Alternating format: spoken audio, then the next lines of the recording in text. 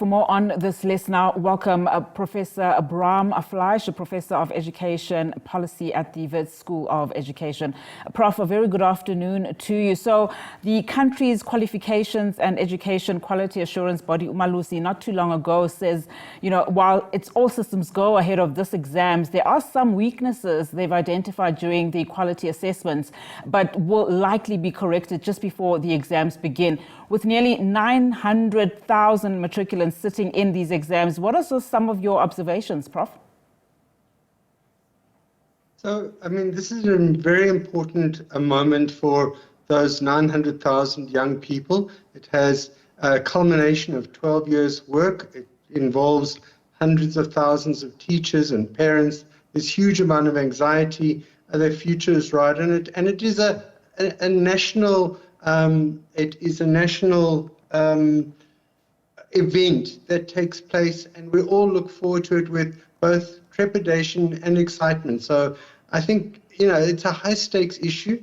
I'm very pleased to hear that the NSC has put in place a whole range of new measures to ensure that there is no unauthorized use of electronic devices. There's no doubt that there is high stakes in this event, and there will be some children who believe that they can try and circumvent the existing regulations. But I think that many of the steps that have been taken will address, at least, will definitely address the issues that are being raised. And I want to just hang on to that high stakes and trepidation comments that you've made. One of the issues that has always tainted these exams is cheating, for one. And also, of course, we heard there from, the MEC that they have plans in place for any community interruptions. Load shedding was another factor, but we now know we have been 200 days without load shedding. So that seems to be in the past. But how much of a factor, particularly when we look at cheating, is this then on the credibility of the exams? And do you think that, the Department of Education has been able to handle this? So we've run exams very successfully for the last 30 years. There were obviously big issues in 1996 when the new departments took over the exams. There was a breach in that year and the following year. There have been periodical challenges in KwaZulu-Natal and other provinces. It's obviously there will be places where the rules are not followed strictly, but I think overall the South African exam systems have run very effectively over the last 3 decades, and that the issues, when they do arise, and inevitably in a system of this scale with so many different players and complexities, there will be issues that arise. But I think that the ability to monitor what's happening, to identify potential places where there is possible irregularities, those will be addressed as they are identified.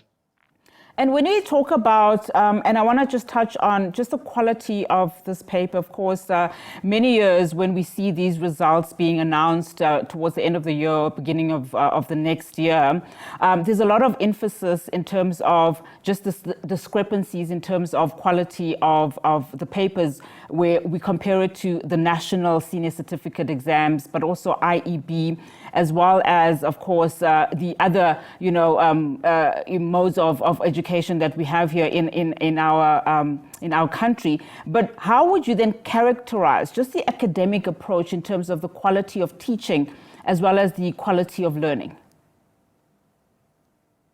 So, there's huge variability across the country.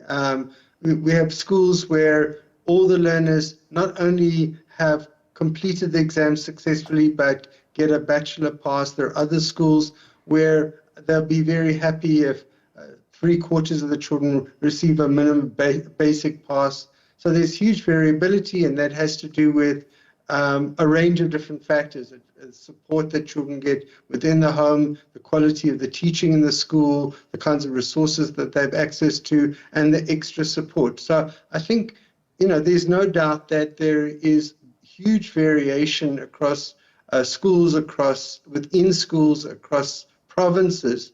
And I think that obviously one of the things that have been the focus of provincial governments and schools and districts is to try and address particularly the challenges of children in the schools that have historically not done so well. And the real story in the matrics is that over the last 3 decades, there's been significant improvements, particularly in the most disadvantaged provinces, in some of the most disadvantaged districts and schools, and the proportion of children who are now reaching the minimum benchmark for successfully completing the National Senior Certificate has improved. There are still big challenges. I think that some of the biggest problems we have are in mathematics, in science, where we haven't seen a substantial increase in the number of children getting higher marks in those subjects. But overall, the picture across the country is both of stability within the management of the exams and improvement of results, particularly in historically disadvantaged communities. Well, that's very encouraging to hear, Prof, especially when we're also highlighting the quality of the education in the lower grades, and that is speaking to, of course, your junior schools. But thank you so much, Prof, for your time and your comments. Of course, Professor Brahm Fleisch is a Professor of Education Policy at the Wits School of Education.